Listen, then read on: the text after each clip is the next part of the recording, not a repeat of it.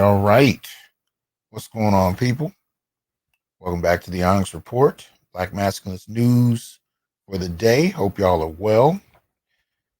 Yeah, let's get the preliminary stuff out of the way. You know what I mean? Shout out to everybody in the chat. Shout out to Raheem. I appreciate them words, especially earlier on. Thank you for that. Got I'm listening in here. Aquateki, what's good? Mark, appreciate that sentiment, man. Hoping you're well. Greg, looking forward to having you on next week, bro. So we just gotta nail down the details, but good to see you in here. AKs and curtains, what's up? Yeah. All right, what's good, Fred? MGTOW Universe, what's going on? Malika, always good to see you in here. So yeah, like, share, subscribe, join, and donate. Support the show if you will. You see the options on the screen. Do the Cash App, Patreon, PayPal, Venmo, and of course, you got the Super Chat. So support the show so we can continue to bring you this independent black male thought. So please make sure you do that. Also, make sure you support. Check out the Onyx Network. You can download on iPhone, Android, Amazon Fire TV, or Roku. So go ahead and support that if you will, so we can actually continue to do what we do. Y'all know I'm about to put a kid in college, so support the show so I can continue to do this stuff, man, and not go crazy. Anyway, a lot going on. I will go into detail when I'm able. I will say this much. I had a senator reach out to me in the last 24 hours specifically about the 17-point black male political agenda.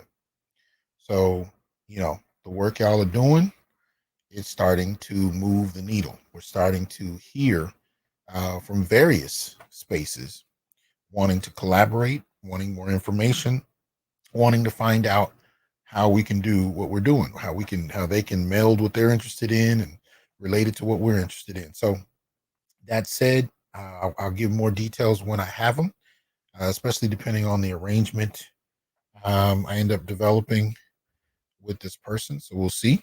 But it's not the first politician to reach out to me, so it's interesting. But it is what it is. So, let's keep pushing. AKs and curtains, what's good? Brotherly love, what's up? Hope you're well. So I see a few names in here.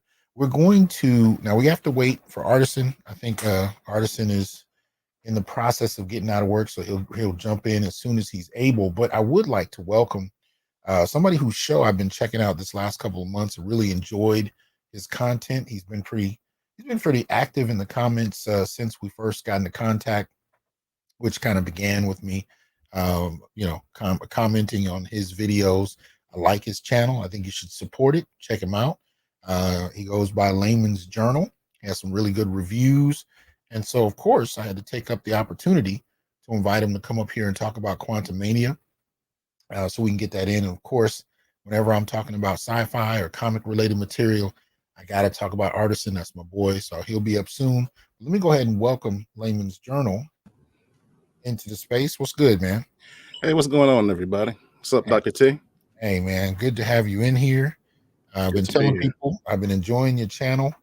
I think one of the first videos I saw was it might have been Color Purple, but I hadn't heard too many other people, talking about it the way I would. So I was like, okay, I like this brother already. And then I gotta say your review of the or your mention of the '89 Batman movie. I was like, all right, yeah, it's official. I like this brother. So had to have you on. Yeah, I got killed on the '89 Batman. People didn't like that. I know. That's why I never said it out loud. I was like, "Ooh, he said it out loud." So if y'all curious what that is, y'all go check out his review. Was it the review of '89 or was it something else in another video? Yeah, it was supposed to be a. Well, I led with the Flash trailer. Okay. And then went into Michael Keaton being in there and reminded me of '89 Batman. Right. That was supposed to have one of the Wayans brothers as Robin. Oh, okay. Marlon, I think it was. What? Well, wait. What's the skinniest one? I think it is Marlon. Is that Marlon? Only one that's really kind of broken off onto his own. He was supposed to be Robin for a minute, but it didn't go through. But anyway, so we got to talk about Ant-Man and Wasp, Quantumania, and like I said, hopefully Artisan will be able to come in soon because we always got to get his insight on it. Artisan's been my boy for several years now, and his channel is, in my opinion, crucial when it comes to examining these topics. But dealing with Quantumania, I wanted to start, as I usually do, just with a kind of perusal through IMDb. I like to do that just to kind of, get a sense of, what we're looking at, what actually, who's actually doing what in the film. So you guys can see that there. Ant-Man and the Wasp, Quantumania just came out last night. I saw it last night with my son. And just to get an overview. So right off the gate, you can see the writers there. You got director Peyton Reed, writers Jeff Loveness and Jack Kirby. Isn't that interesting? And then from there you can see some of the actors there. And I like to leave this up from time to time because I don't always remember everybody's name throughout, especially people I've only seen once or twice or whatnot. But I will start by saying this much, and I was mentioning this to Laymen before we got on. I liked the Ant-Man movies. The first two, most particularly, I thought they were funny. It was a nice, like, kind of a departure from Marvel that didn't depart from Marvel. Right. I was able to enjoy it. I've always liked Paul Rudd, so he's funny to me, and it kind of made sense. So I've enjoyed the movies, and I was reminded of that when I got home and the second one, Ant-Man and the Wasp, was on, and I remembered how funny it was. So I just wanted to kind of put that out there. I do enjoy Ant-Man as a in terms of the films. What are your thoughts on that? Where are you on Ant-Man? Well, I liked him too. I always thought it as a comedy first, more than Mhm, a comic book movie. mhm. But I was surprised it wasn't as funny as I thought it was. It's funny you say that because the original goal, from what I've read, was to make this a more dark and somber movie. That's Mhm. why Michael Pena and Ti didn't reprise their roles. They were like the comedy guys. Man, And I actually missed them. I will say that I did yeah, miss them in the movie. yeah. Go ahead. Go ahead. But it was some last minute changes to make it more upbeat and more, comedic. It was actually supposed to have kind of a sad ending. We'll get to that later, but yeah, the jokes weren't initially planned in the Okay. script. That was something from upstairs to change it. Okay. Yeah, So they did that the last minute. That was because I heard they were reshoots. What, down to a few weeks ago? yeah, yeah. I don't It think was I've ever heard of them being that close to a release. well, yeah. That was the sticking issue with James Gunn. He got tired of the guys upstairs coming in because the scripts at the MCU have a reputation of not being finished, but they start rolling anyhow. Okay. And a lot of times you'll have some guys come downstairs and say, you got to redo this or put this in the script. Hmm.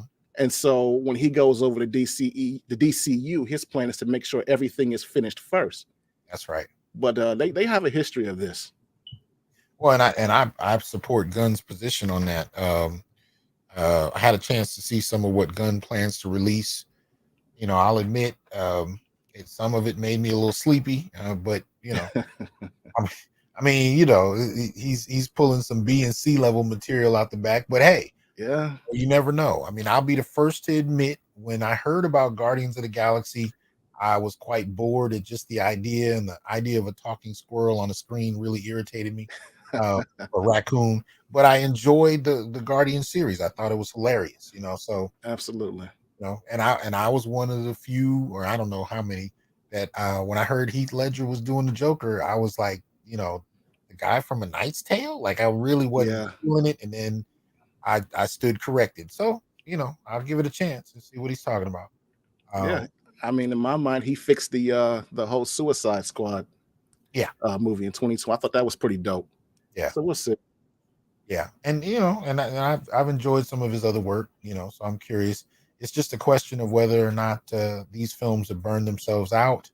And Mm. for people like myself, a lot of it has had to do with the messaging, most particularly around gender. Oh yeah. The Mary suing going on, where all of a sudden you have this influx of female characters, and the way they're written. I mean, because if you Hmm. grew up on comics, female characters is nothing new, Right. and many of them have been written incredibly well. Hmm. But this last number of years, the way these films kind of just jam them in there, they tend to be all powerful, all knowing, and inherently good and pure. And the men are just kind of played for comedy, or Right. used as a backdrop to demonstrate her superiority. I mean, Exactly. and it's getting tired, but it's still going on. I do, and you comment about this kind of thing, which I was glad to see on your channel. What do you think about that whole process, that whole paradigm? It's been bothering me for years. I mean, going back to, I want to say, Captain Marvel, right before Phase 3 ended. Okay. The whole scene with her finally standing up and beating up the guy who was training her. Right, right, right. I think they cut it from the movie, but the guy in the motorcycle who asked her to smile, and she Okay. crushes her hand. They've been pushing this for a while. Yeah. And even in somewhat in the Ant-Man, but we saw this with Riri Williams, Yes. how she was able to replicate Iron Man's entire work, Hmm. his life's work. This was a guy that's a second generation, weapons manufacturer, had his own company, decades of experience. Right. It took him and another engineer with access to his weapons to build the Iron Suit. Absolutely. But here she comes along, as some college kid, and she's just using parts she found in the scrapyard, to replicate his work. Right. And we can even Right. talk about the She-Hulk, how she was able to master the art of being a Hulk within a few days, something that Bruce Banner struggled a decade with. Right. Right. Right. And the whole speech about how she does this infinitely better than he does, and they've been down this path for so long. It drives me nuts. Absolutely. Let me go ahead and welcome Artisan MC. What's good with you, man? Uh-oh. Can't hear you. We can't hear you. He might be calling from the car. We have to see. Okay, so he probably have to come back in. All right. But no, you're right. They've been doing this for a while, and it's really at this point it's a gamble on how much of it is going to be in each movie. Right. And I think a lot of the time it's purposely confused in the mainstream for a general dislike for women in sci-fi, and I think they play it off that way as a way of not having to actually hear critiques that could genuinely improve a lot of these films, because nobody that I know of is saying these women shouldn't be there, these characters shouldn't be there, it should be a bunch of dudes. I've not heard anybody say that. It's just more a question of the quality of the writing and the kind of moral and even physical stature of these female characters against the males. That kind of dynamic is what's causing a lot of the problem. So, but go ahead. Yeah, but it causes the plots to be contrived. Yeah. They start at the ending saying, we're going to make sure that this woman is the most dominant, the most altruistic character here. And so we're going to put in all these plot devices, all these plot armors to make sure that she shines. Exactly. And it destroys the qualities of the movie, in my opinion. I agree. Artisan, can you hear us? Yeah, I got you. Sorry about that, Dr. T. How are you guys doing today? We good, man. Have you met Laymens Journal? No, I have not met Laymens Journal, but I was listening to one of his videos today a little bit, trying to get myself familiarized with him, but I did like what I was seeing. What's going on, man? What's going on, bro? Nice to meet you. Nice to meet you. So sorry I'm late, but you know how it is. On Friday, they don't want to let the black folks leave. Well, we haven't even really jumped into the film yet. We were just kind of talking about Mary Sueism. We were talking about. Now I actually enjoyed the Ant-Man series overall. I was telling people I enjoyed the comedy. I like Paul Rudd as a comedian, comedic actor. What are your thoughts about the series before we delve into this particular movie? I like the Ant-Man series. That's why I tuned in for number 3. I liked number 1. I liked number 2. It kind of went a little wonky with number 2, but it was still fine. I think this is the one series where the humor that Disney or Marvel tries to inject into everything actually kind of works, because Paul Rudd is a comedic actor. He's kind of funny, right? Right. If you've seen him in anything else, Anchorman all the way back to It Takes Two, he's always being kooky funny. That's just who he is as a person. Right. So it kind of works in his movie with him, but it doesn't work with Thor being goofy, Captain America being goofy. It doesn't work with the rest of those characters being goofy, but it works fine for Ant-Man because that's just how Scott Lang kind of is. I think you hit it on the head, most especially with Thor. And from what I understand, even the actors are starting to complain about some of this, because I think Hemsworth was a little upset with the last Thor film, but this whole push to make Thor a joke, and really the way I interpreted it, a lot of it has to do with making, a certain type of masculine heroism a joke, to make masculine, men as heroic figures, something to be dismissed, something to be laughed at. And when you talk about Thor, even something to be replaced by a little girl, it's just this kind of overall idea that we don't need masculinity anymore, which I think is popular in the academy as well as in popular culture. What was your take on that kind of approach to Thor, Laymen? I liked the first Thor, because he came across in the first one as a brat, drunk on power. and he was supposed to learn his lesson of what it meant to be Thor. And so by the end of that movie, you see him grow as a hero, you know, and then he kind of regressed in the Love and Thunder when he causes all that destruction in the first scene. And so you look at that and say, well, what were they doing with the character? Right. You know, he went from this serious protagonist to now he's being another goofball. Right.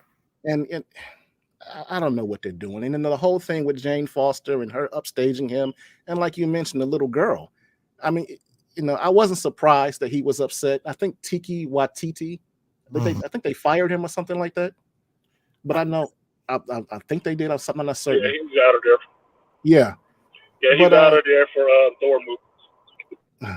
Well, I hope he's out of there. They gave him free reign. I mean, how you going? I mean, at some point, I don't know why you mad at him. He hasn't been secret about his approach to, you know, filmmaking and media. I mean, he's a comedic, you know, director. He likes to do these kind of strange takes on things. Why that became the direction to go with Thor, I don't know. But I think a few other heads needed to roll, you know, along with his. But I will say this much, you know, as far as the comedic element, and I think Artisan, you were commenting on some of this last night. I didn't get to catch all of it, but I actually missed Michael Pena and T.I. in this particular series, and David Dasmalkian. And I missed the characters they played.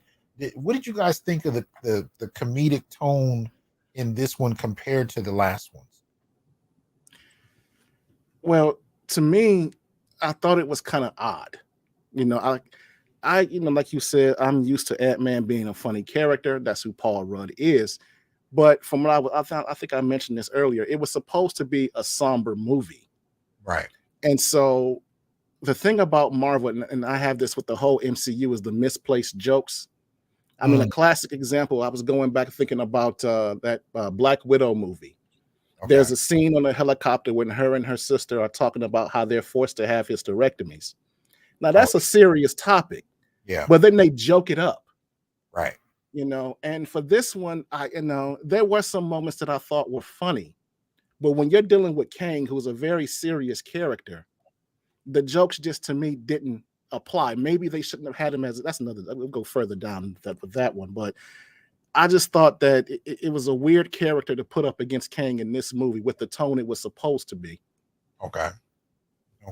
What about you, Artisan?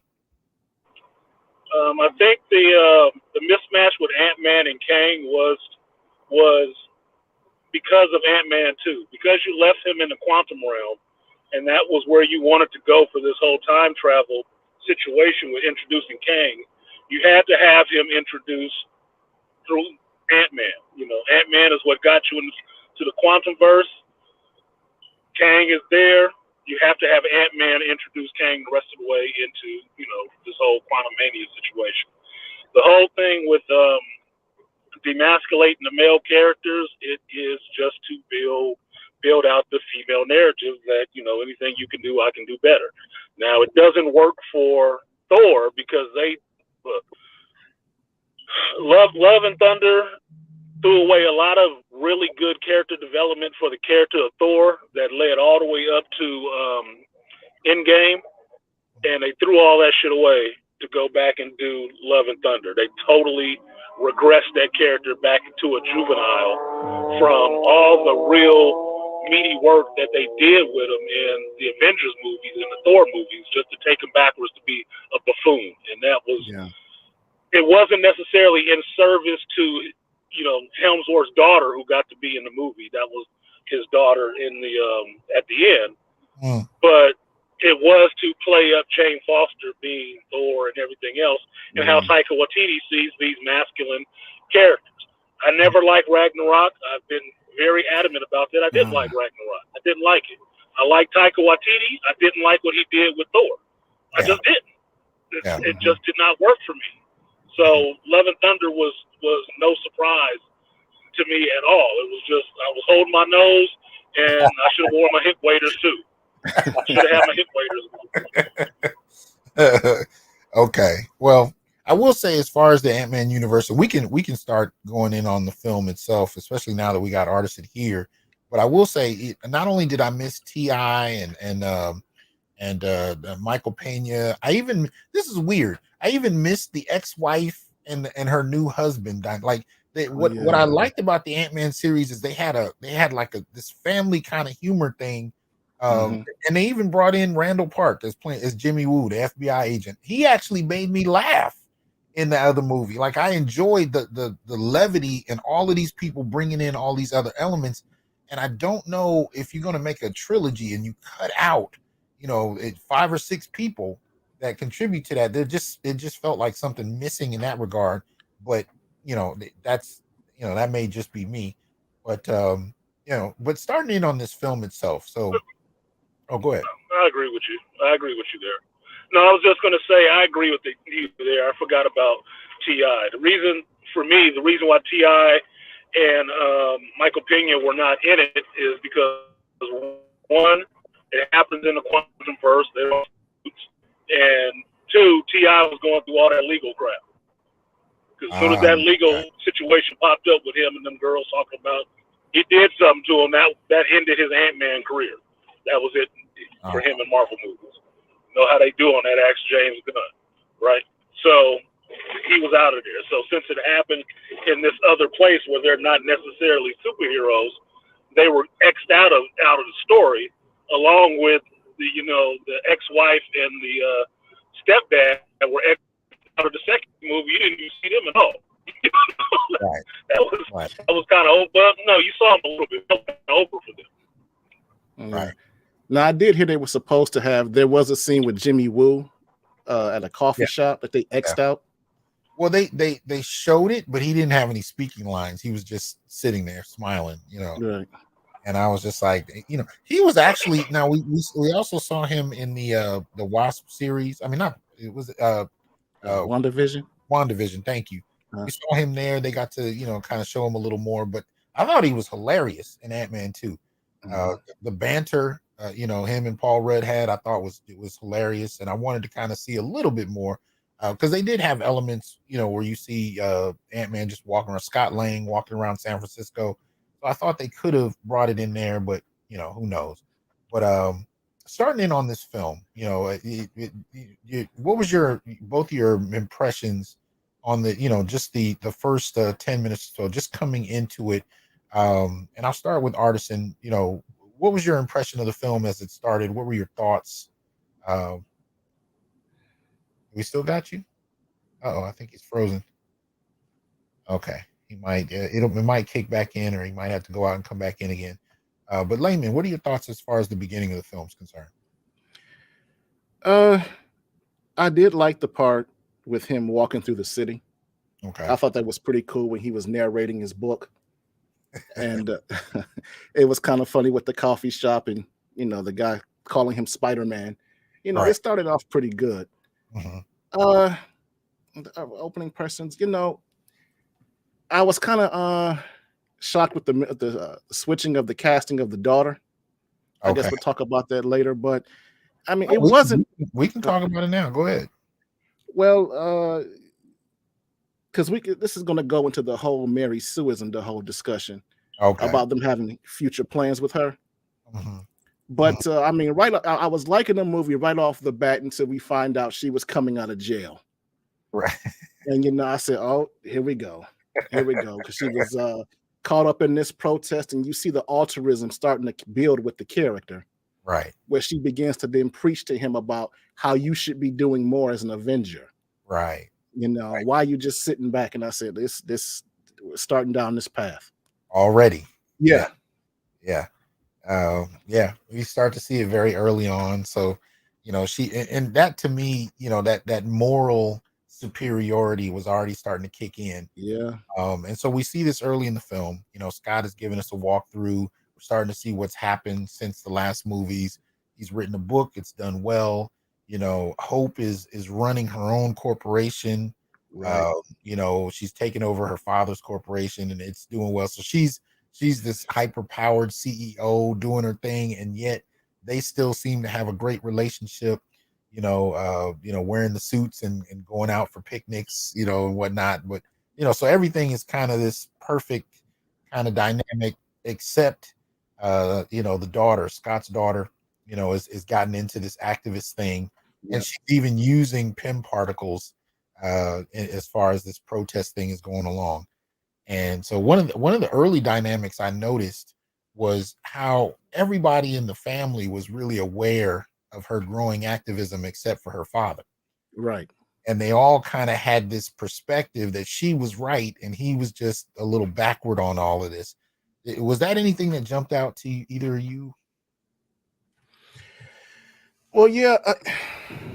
I mean, even going, I don't want to go back there, but even when you were talking about Hope running the company, what was it, Pim Van Dyne? I think okay. I Yeah, didn't remember. yeah, and I was like, I thought Hank and his wife were married, or Thought were so they? too. I thought they were. That's the way, like, shouldn't it just be Pim? Or maybe maybe I'm not a big comic book reader, but I'm thinking, okay, so now you see the push towards including women in leadership, but I thought it was strange that it was the daughter, the Hank, and the what was it, Janet? Was it Hope, that were all in on her, giving her a suit and doing all this stuff that he Right. didn't know about it. So you see the undermining of him as a father, as a leader of his own child. Mhm. And I thought that was a strange dynamic to where I don't know if she's 17 or 19 in this movie. I'm not sure. Maybe Artisan knows. Yeah. Is he there? Yeah, I think he's working it out. But go ahead. No, finish your point. But you start to see them now where they begin to parallel her to him. Right. And that starts off early. Yeah. And there's already a sense that, she's going to be an improvement. Right. She's, her inherent moral goodness is already superior. She's willing to go further and do more. And he's just kind of grown complacent. So, and you can even see there are even moments where they don't even say it out loud, like when they're in the car and he's confronting his daughter after getting her out of jail. And trying to say something about the fact the direction she's going in. Hope is sitting there making these facial expressions as if to say, you're off on this. She actually knows the way. You need to really kind of catch up with her. It's this kind of sense, that even young women are further along than men, and or especially her father, and he needs to get on board and that kind of dynamic. But Artisan, can you hear us? Okay, I guess it's still going in and out.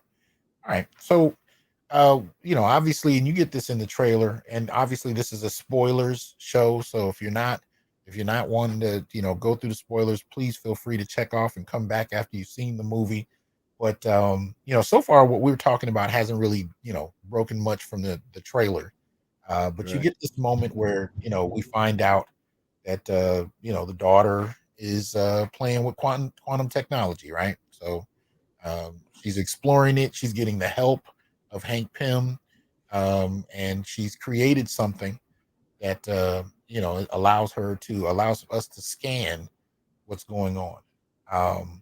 Any thoughts That on that part and beyond? that part tripped me out because I'm like, okay, Hank Pym is supposed to be this super smart guy. His wife is supposed to be smart. And you have Hope there, but she's the one that comes up with this mapping device. Right. And I'm like, okay, where did she get that from? Because that's Scott Lang's daughter, and Scott Lang is a cat burglar. But she has all this just genius ingenuity to create this device to where she can map down into the quantum realm Right. and send signals down there. And I say, okay, so she I don't want to get too far, but she actually creates this portal by mistake through her genius. Mhm. You Right. know, And and so go ahead. no, but I was just saying it's another example like we were talking about with Riri Williams, how they take these characters and power them up to where they can do things in an instant that have taken other characters a lifetime to do. Right. Right. And they try to explain it away by saying that she read, I guess she calls Hank Pym grandpa, which is Right. interesting because I didn't know that was the dynamic until this movie. But they said she read all his books, I guess during the blip. She read all his notes, and you know, and I'm just like, okay, all right, whatever. So she's come up with this. She's opened up this portal. Obviously, we start to see from Janet, played by Michelle Pfeiffer, that she's not really ready. Right. For this. She doesn't talk about the quantum verse. Let's see if we can get Artisan to chime in. Is the mic working, Artisan? It's been working. You couldn't hear me? No, you cut out. But we're at the beginning part. Any thoughts about this stage where they're transitioning into the quantum verse? Yeah, a couple things real quick. The Pim Van Dyne thing, that's because Janet did not take her father's name. She was Van Dyne after her mother went missing.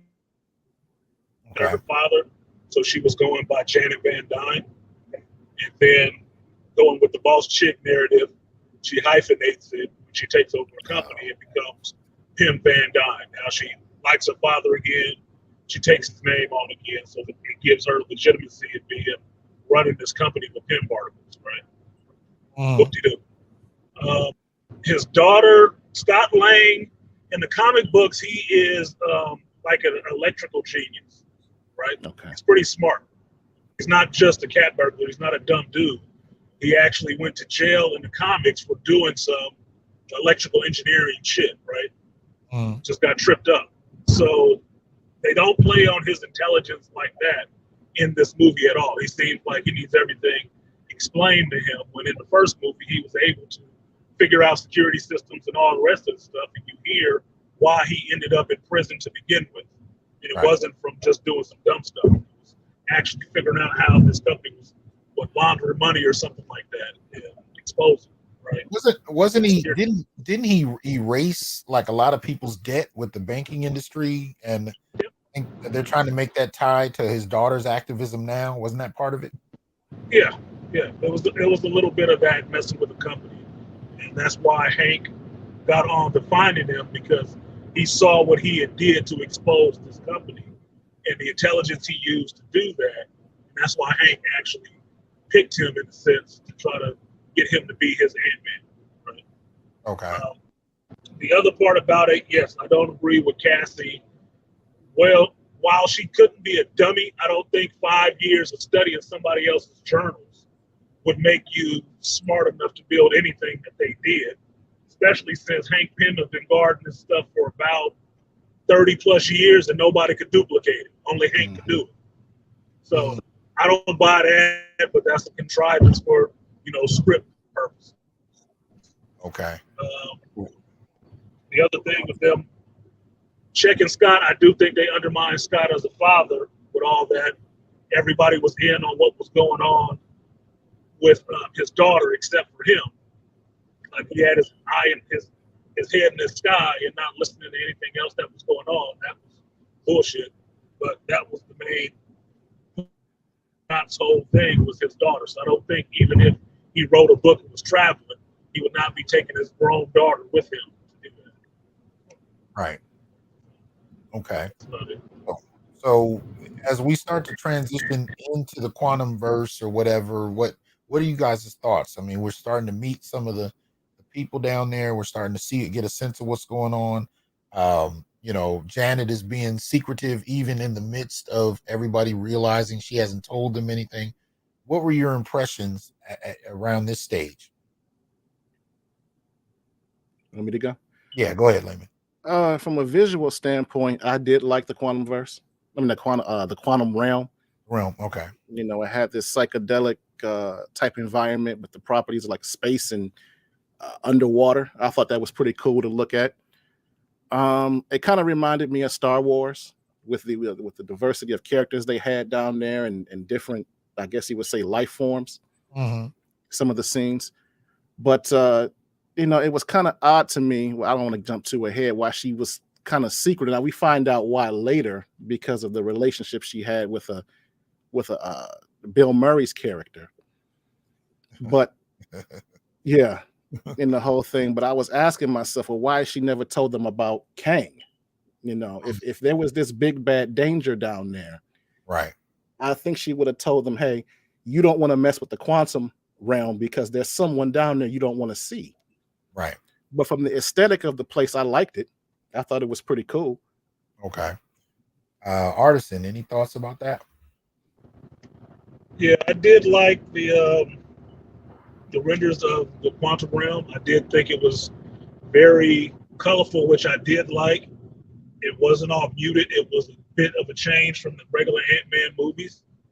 It reminded me more of Valeria, the Planet of a Thousand Worlds or whatever, with all these weird creatures and stuff like that. Every time you go further into it, it's a different zone and different types of creatures and stuff, which was fine for me. It was something different for an Ant-Man franchise movie.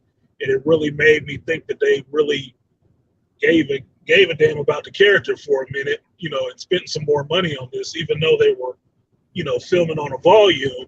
It did look a lot better than it had looked before, just in the real world. Okay.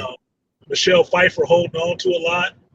That part reminded me of Inception in the sense that she had been gone and been down there for 30 years, and she wasn't dead when they found her. So she probably had a whole life down there.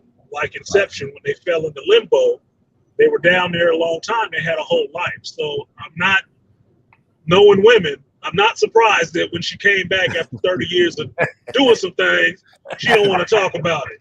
She don't remember. It's not the right time. She don't feel emotionally safe. You know, she ain't gonna tell you about the years she was down there stripping and turning tricks. The time she don't want to remember. It just never happened. Yeah. Not telling about Kang, I think it's more so she thought he would be locked in there. And that since they weren't going back to the quantum realm, she didn't want to open that can of worms and have to mention any of that stuff. As long as they weren't going there, it wasn't nothing to talk about, you know, typical female fashion. If you ain't mentioning it, I'm not saying anything. You know? And then even then, she's still only, you know, piecemealing information like, oh my God, just lay it all out, would you? Right. She kept refusing to, you know, it was getting to be a little annoying because I was just waiting for her to just come out and drop it, and it took a lot longer for her to do that. But the moment I saw her on screen with Jonathan Majors, I actually texted Artisan. I was like, I don't care what nobody say. She'd been with brothers before. Michelle Pfeiffer's been there was just, you know, there's a little too much comfort there, in my personal opinion. Yeah. Look, man, I lined this out to a friend of mine. It's like, look, he crash landed in the quantum realm. She took his ship inside of her house and helped him work on it. You think they weren't getting busy? Oh, no, come on, man. She had needs. She told Hank herself, I had needs. Yeah. Okay. Kang filled it out for you. Okay. Right, 30 years? Doesn't think she was gonna come back. You know. Why not? You know. But what we find out down there is that there's a whole rebellion going on. So Kang, you know, they kind of suggest early on that they don't even really tell you what the rebellion's about. You just get you find out there's a rebellion. You find out that Janet has been instrumental in one way or another with that rebellion. You got people that hate her, you got people that respect her, and they're just kind of inching us through what this is. And then they introduce, in the midst of all of this, you get to see Bill Murray. Any thoughts about anything surrounding that part of the film? I looked at it as Bill Murray being Bill Murray, right? Not necessarily being in character. When he shows up, you're there to see him. Mm-hmm. But I thought his character was kind of fun. You know, I had some, you know, laughs about him. Not too much, but I thought he was kind of cool to have him as this short cameo. Mm-hmm. The whole thing to him, hinting at them having a thing in front of her husband and daughter. In front of her husband. Okay, now I know why she was hush hush. You know, she didn't want to talk about that too much. But I actually, you know, I did enjoy him. You know. Right. Okay. Artisan, any thoughts? I like Bill Murray. I've liked Bill Murray since Stripes way back in the day. And I like seeing him in this. It was brief. I had commercial and had him just show up in the movie and it been a bigger pop with the audience as opposed to putting him in the commercial and making it look like he was going to be in the whole movie. He was there for maybe 5 minutes and then you never saw him again. Like, that was pointless. Right. You could have just left that, you know, unseen, but Marvel does that all the time. doing these trailers and stuff and putting stuff out there that they probably could have just kept their mouth shut about and it would have went over better. But now you put him in a trailer, shows up, yeah, he had something going on with Janet. She don't seem like she too, thrilled about it, but she was doing what she had to survive in a sense. So whatever, it just didn't need to be advertised. It would have been better not advertised, just a walk-on cameo, and then he walked out. And you wouldn't have been thinking about it anymore after that. Nobody would be pissed off about it showing up and it being so brief. I was one that I didn't really want to see human-looking people down in the quantum realm. I wasn't one for that necessarily, but I did want to just mention this brother real quick, who I actually like as an actor, William Jackson Harper, who plays in the film. I've seen him in The Good Place. He played in Midsummer. I don't think he's been in a lot of things, but he's a new, it's fairly new. He's getting his career off the ground. I actually like the brother a lot, but he plays in this as one of the members of the rebellion, whatnot. So I just wanted to shout him out real quick because I didn't know his name, but I've seen him in some other stuff, and I think he's got a promising career. So I just kind of want to put that in people's hat, check him out, and kind of see where he goes from here. But we got to get to the big bad. We got to get to Jonathan Majors, who is going to hit us with a double up. I mean, we get him in Quantumania soon. We're going to get Creed. I don't know where people are with Creed, but I know I'm looking forward to it. Absolutely. What about you two? Starting with Laymens. Oh yeah, I like the Creed films. I like him. I guess he's going to be like, I don't know. I guess the Mr. T type character. I'm not certain they're going to do there, but I was excited to see him in it. So I'm ready to get my ticket right now. Oh, yeah. And I thought he was, I always like his work, even when going back to Lovecraft Country, terrible show, right? I liked him in it. Yeah, same thing. I loved him in the Loki series. Okay. And so when I was thinking about, when I heard the news this was coming out, he was the reason why I went to go see it. Uh-huh. That's one. It's my favorite characters, actors. So I liked him. Like I said, I'm looking forward to Creed 3. Yeah, I liked him in Devotion, the last film he did. I think the brother's career is taking off, and I think it's well deserved already, as far as that's concerned. Artisan, any thoughts on Jonathan Majors before we really get into Kang in this film? Jonathan Majors is an awesome actor to me. First time I saw him was in Last Black Man in San Francisco, and I really thought he was mentally retarded, for real. I really thought he was mentally retarded until you and BGS were telling me about him being in Lovecraft Country and stuff. And I saw him, and when I saw him in Loki, I was really blown away with that performance because it was so starkly opposed to what I saw in Last Man in San Francisco, right? So taking that into respect, he was my pick to replace Chadwick Boseman as T'Challa. Chadwick Boseman, he was my pick to be the new Black Panther. But then it was announced that he was going to be Kang. And we're like, okay, well, he can actually turn that out too. So I was looking forward to this movie because absolutely after seeing Loki, I knew his performance had to be different. It had to be completely different from what he did in Loki. And if what he did in Loki was so whimsical and all the rest of that stuff, that this Kang the Conqueror version was going to have to be serious, was going to have to be scary, and it was going to have to be kind of menacing. And he delivered on that for me. Yeah. I was really happy with what I was seeing on the screen from him. And it's not like most people will tell you, he kind of carried the movie like, yes, because every time he on the screen, you watch it like, dude, there's so many subtle nuances that he pulls off with that character that just gives you the situation like, y'all need to give him what he wants. Yeah. Keep that brother calm because he like a hair's breadth away from going nuclear. Right. He just played it that well that he never had to really raise his voice. He never really had to make any big movements or anything like that, or get into any real threatening displays. Right. But you got that sense of dread, like you messing with some stuff. Right. That's what something you don't want to be fooled with right now. He is trying to be as calm and rational with you as he can be, but he about to go off in like half a second. Right. And I gotta say, as an actor, his career is really promising too. I liked him in The Harder They Fall, or The Harder They Fall. Oh yeah. He was in the Spike Lee film The Five Bloods, about those older brothers that go back to Vietnam after having been there as young soldiers. And I saw him, you know, I don't remember if he took his shirt off, but I at least saw his arms in that film. And I remember thinking, all right, he's built. You know, I'm curious to see if somebody's going to tap him for any of these superhero films. And that was back in, so 2020 is when The Five Bloods came out. So if you haven't seen that, it's a Spike Lee film.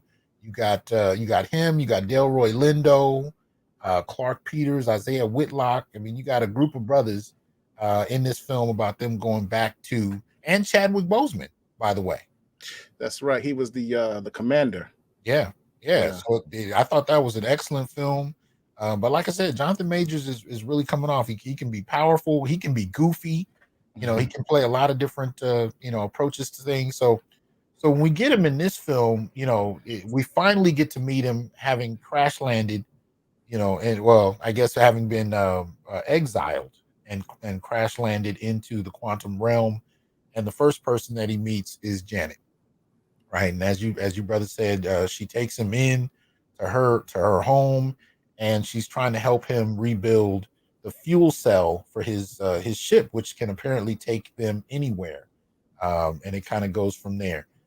Any thoughts about, you know, that section of the film, the introduction of Kang, and your thoughts about any of that? Let's start with Artisan this time, and then Laymen. I would say that what I know of Janet in the comic book, she is not that damn smart. So that's not the person who would be working on, you know, some future tech to repair it. That's right. Look, if she was that smart, she could have figured out her way out of the quantum realm. But she didn't. So that kind of bothered me, but I guess I was letting it fly by the wayside because I know I'm in a Marvel movie and I'm getting all this, you know, feminism stuff thrown up there that every woman has to be elevated in some way above the dudes. They can't do anything without them. You know, everything has to run through them. So I just let it pass because I'm more interested in Kang being here and what the relationship is between the two of them and what the heck is going on, you know, with him being here and how he is not saying, you know, my name is Kang, you know, but she's just working with him and relating to him like a regular person. So I was more interested in that than, okay, she's helping him fix some stuff. Sure, whatever. You know, I think you raise a point that I have to co-sign real quick. When you look at, because I hadn't thought about that in the last movie, but when you look at how Janet is in the comics, she's nothing like they play her in these movies. I mean, now she's a scientific genius and she's arguing back and forth with Hank about about deep, scientific theories. In the comics, and I think the most accurate portrayal I've seen of her on screen has probably been the Avengers Earth Mightiest Heroes. I mean, she likes to get in the suit and fight. You know, she likes to go back and forth and whatnot, but she's not a scientific genius. And I noticed a lot of these cartoons, it now became a requirement that every female, even if she's a teenager, now has to be a STEM genius. You know, it's an interesting dynamic. But anyway, going back to the question on Kang, Laymens, what did you think about that section of the film and what begins to happen from there? And you guys can just push it forward, from here in terms of what you remember in the film. The first thought I thought was, wow, Kang is a masterful manipulator. And the way that he was have to convince her that he was this good altruistic guy, this good nice guy that just got lost. Right. I thought that was pretty cool of his kid. And that's one thing I liked the way Jonathan Majors played the character. He was always in control. Now, until the end, he lost it. But during that time, he was always in control of the situation, very calculating. Right. And I thought that was pretty dope, their relationship and how he manipulated her. But, then, of course, she finds out the ship works neurologically and she gets these flashbacks of who he actually is. Yeah. But even still, he stays calm. He he's going to stay in character and say, yeah, you may have seen those things, but I can still help you. Right. You know, I thought that was pretty cool, the way they played that out. Well, his reaction to it. And he seemed pretty sincere about that. Like, but she was like, what are you going to do after you get me home? So definitely that part of it. So we find out from there that he's a conqueror. Mm-hmm. He sets up shop in the quantum realm and builds an army, right? Were you guys clear on his overall goal, or what were your thoughts about that? Yeah, go ahead. I looked at him and said, what did he say? He wanted to go back and win. Okay. Take over the multiverse. He doesn't seem like, well, maybe I'm missing something. I'm not a big comic book reader, but it just seems like he's just a guy that wants to fulfill his name. He wants to go out there, conquer, and be the leader over everything. So I like that fact that his, because a lot of times you see in some of these movies, they try to humanize the villain to make you feel sorry for them. Right. But I like the fact that this is a straightforward guy.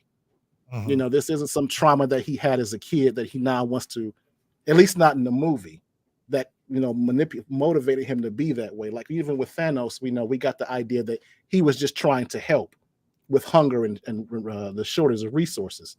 Right. But I like the fact that Kang was a straightforward villain, but very controlled. When Oliver makes an interesting point, he talks about that line in the film. He says, when she asks, are you going to destroy timelines? He says, not yours. That's a cold line right there. Yeah. And I got the impression that, he's lying, but he's smooth with it. Right. Now, I'm a 40-year comic reader, but there's a lot I don't remember, and I've taken long gaps here and there. I'm probably still kind of on one, because the last few years of comics has just been disappointing. So I've been waiting for them to kind of get back into the kind of creative writing I like. But Artisan is the resident encyclopedia as far as this. So what are your thoughts on the portrayal of Kang and how he's written in this film, Artisan? I like Kang in this film more so because there is more depth to him. I mean, in comics recently, they've been trying to redo and have redone his origins and whatnot because this movie was coming out. So they had to flush out and clean up all that continuity errors and stuff like that they've had for all these years. So I like it streamlined a bit in this one.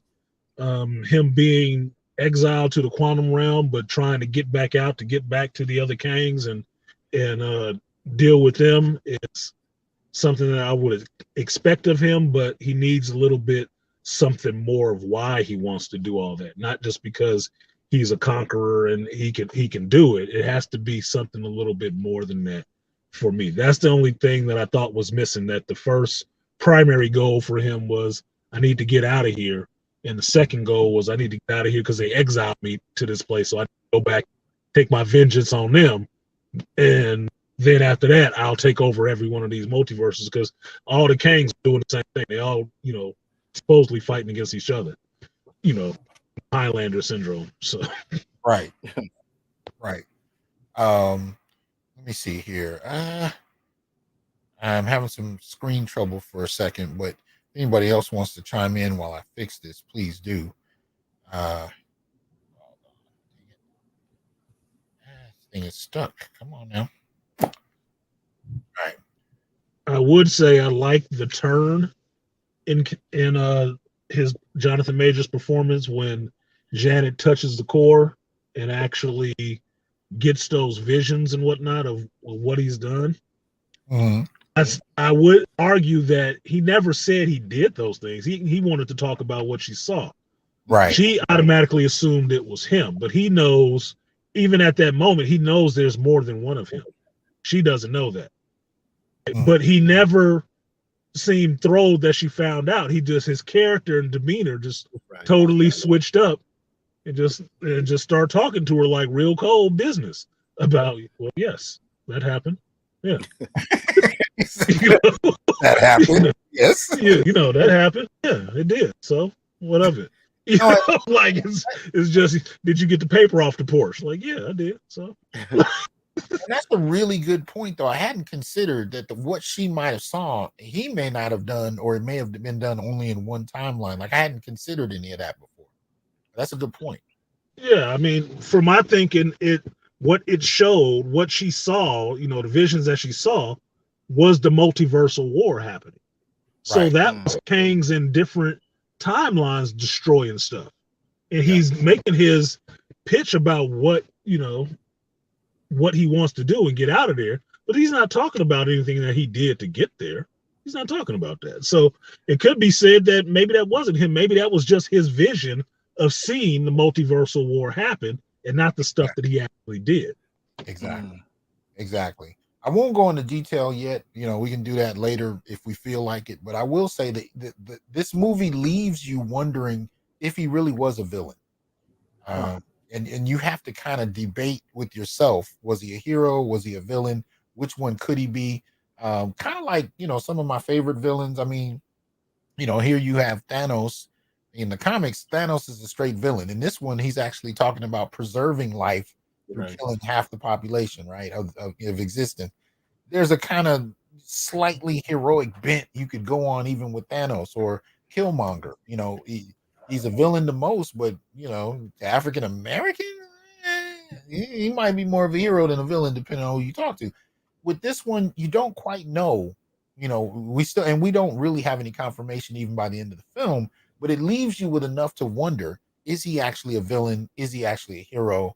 We don't really know. We know what we're told as far as he wants to take over, but there's a little more to it. But so we find out this whole rebellion is against Kang. Kang is the one that's raised an army. He's taken land. He's killed, and so this rebellion that Janet was somewhat a part of is in response to him. And at some point, we have to talk about one of the figures that I think people were excited to hear. At least I was excited to hear was going to be in the movie. And that's MODOK. Any thoughts about MODOK, starting with Artisan? I know MODOK. I've never really liked MODOK. He was a goofy character to begin with to me. So a lot of the angst that I hear behind MODOK was, for me, it was like, I don't care, because I never really liked the character anyway. I know who he was. I know, who's in there, where he was created, all that stuff. I always thought he was goofy. I mean, if you go back to what the time I was getting interested in finding out more about him was the old Iron Man cartoon from the 90s. And he kept showing up in there. I was like, this is a dumb character. This is just dumb. Like it was just a dumb thing. So I know who the character is, but he's more like a Mort to me anyway. Right? A goofy character. It's not like it's somebody badass. I mean, if he was, they wouldn't have, let Patton Oswalt do a whole show playing him. I was like, come on, man. It's a goofy character. So I didn't really care. I understand how they got him into the story, but do I care about how he turned out? No, I don't. Right. Laymens, what your thoughts on MODOK? Same here. I'm like you said, I'm not as proficient in the comics as Artisan is, but he was never a major character, always someone on the back burner to me. And I guess it's a spoiler review. He is the bad guy from the first movie. He's what's his name? Darren. Darren Cross. Darren Cross. Yeah. So I wasn't, I read talked to some people online, and they were upset over how he looked, with his face stretched out and everything like that. But I like artists, I didn't care. He's always been a backbencher character to me and never really focused too much on him. So I did have I thought he had some funny moments, especially at the end, but yeah, he was there. I will say, now that you mention it, and I did cross my mind at the time, the way his face looked in terms of the CGI, it looked like a television screen. Right. That his face was stretched over. It did not look, anywhere near as realistic as I kind of thought it would. My thing with MODOK, I never collected books over MODOK or anything like that. What I liked was I thought it was creative how they came to him, because I always kind of, wondered if they ever came to certain characters, how would they introduce them in the MCU?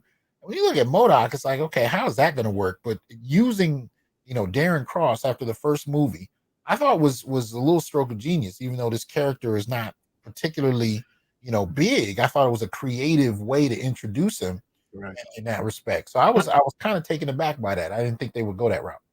I can agree. I mean, I like the fact that they used Darren Cross as the head that was inside of MODOK. I actually like that because it did give the three movies a little bit of symmetry, that the villain from the first one shows up again, and that you get a reveal of what happened to him when he shrunk down to, quantum size. What happened? Did he die? Did he go out in a puff of smoke? What happened? You see what happened to him. He grew down there and ended up acting, like a Deadpool in a sense. But he didn't die. I mean, the facial thing, everything. Every time I kept seeing his face when he took the helmet off, I kept thinking of Doctor Who in the face of Bo.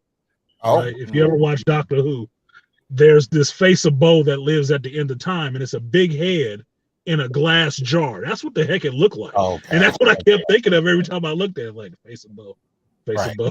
Right? So it did look a bit goofy, but MODOK to me was a goofy character anyway. So it like par for the course. Like, what am I going to be upset about? He didn't look perfect. Like, whatever. I think in the backdrop of a well-designed quantum realm, I didn't expect it. It was almost like I'm going to take you to a high-level steak restaurant, but I'm going to bring you some McDonald's fries. It was just kind of like, why are you going to go through all the trouble of designing all of this detail, and then you got this big head character that looks like something, that you did in about 10 minutes on somebody's software. It's just, it was, I don't know.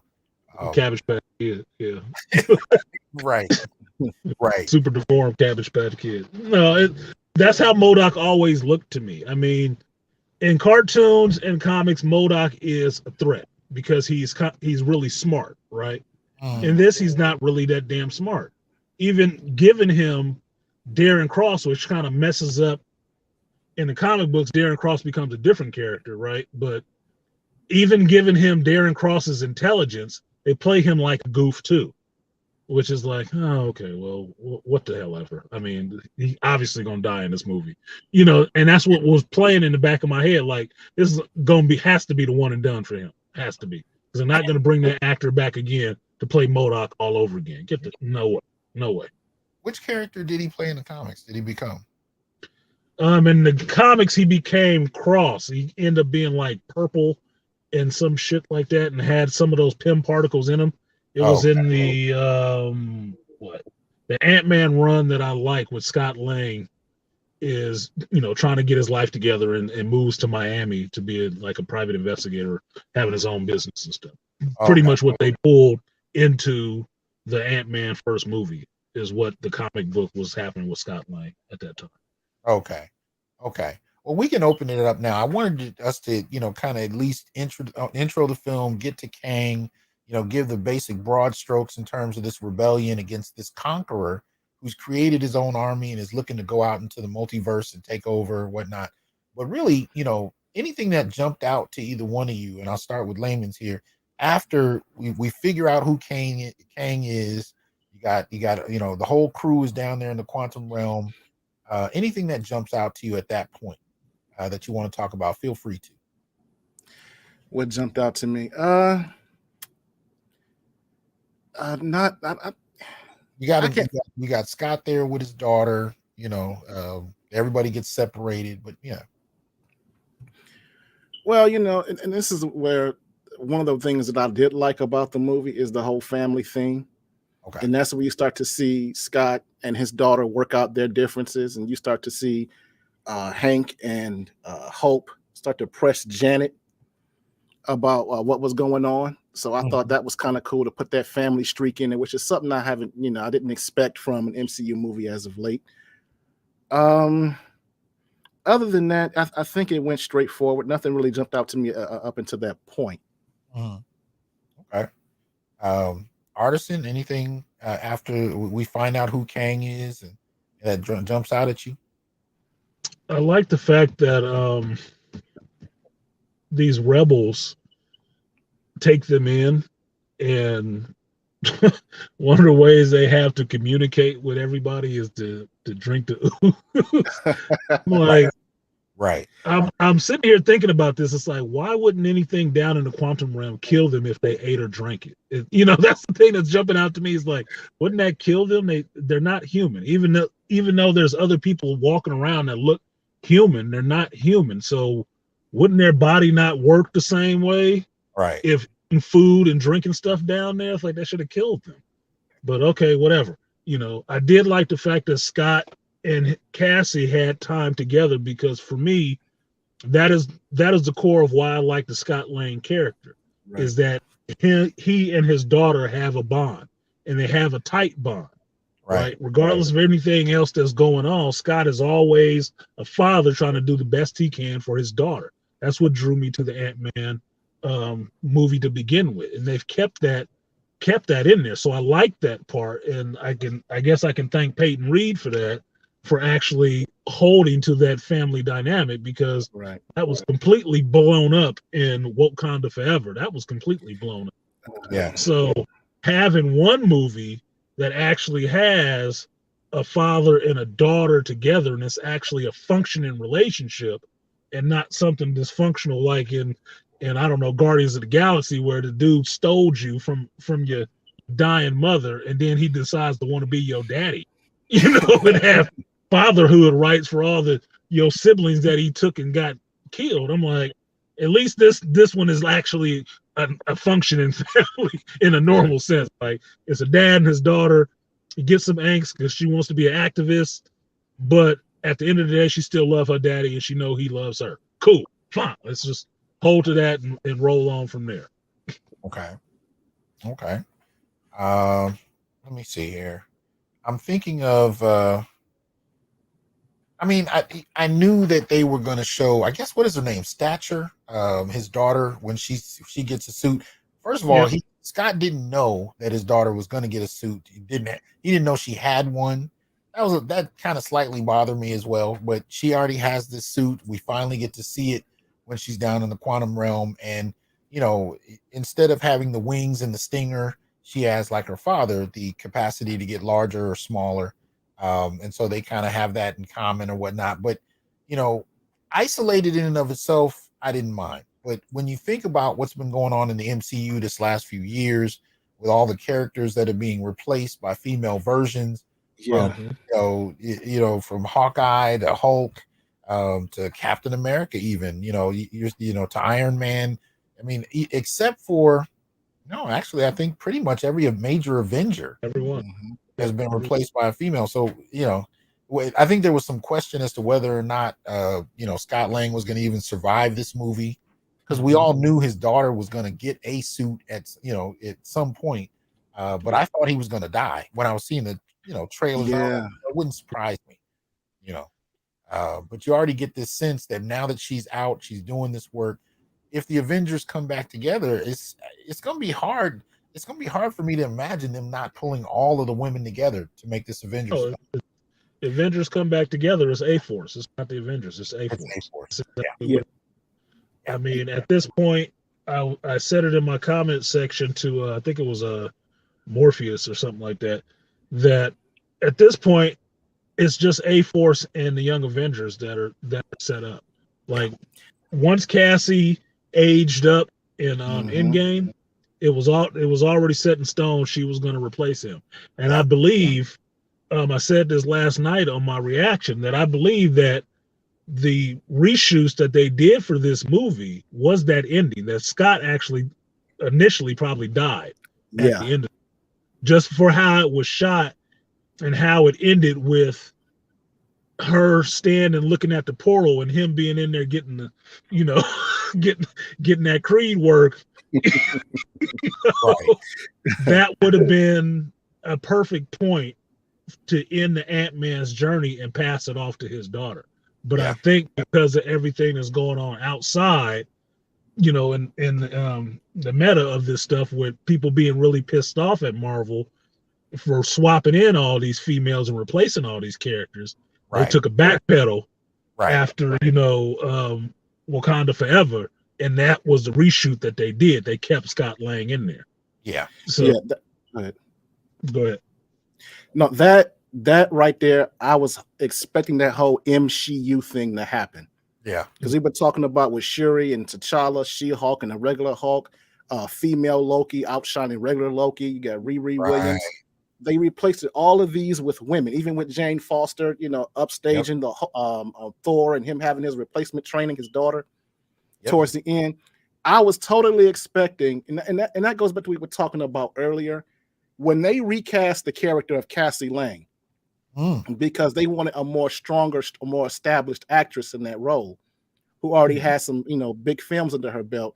I said, okay, this is where they're going to get rid of Scott Lang. They're going to make her the new, I guess, Ant Woman or whoever she's going to be, Ant Girl, whoever she's going to be. And I said, yeah, right. And so I was like you, I was shocked that he wasn't pushed out the way, because we've seen that all through Phase 4. Right. Him wiped up. So that surprised me. Yeah. Well, and since Artisan brought it up, so, just narratively speaking, of course, when you get this kind of revolution-oriented film, you have to have the big revolution. And that's what we see, toward the end. The whole crew becomes instrumental in, kind of pushing this revolution against Kang right as he's about to, leave the quantum realm. And, you get the big dust up at the end. Hank Pym, it finds that some of his ants made it to the quantum realm and lived for, what was it, thousands of years?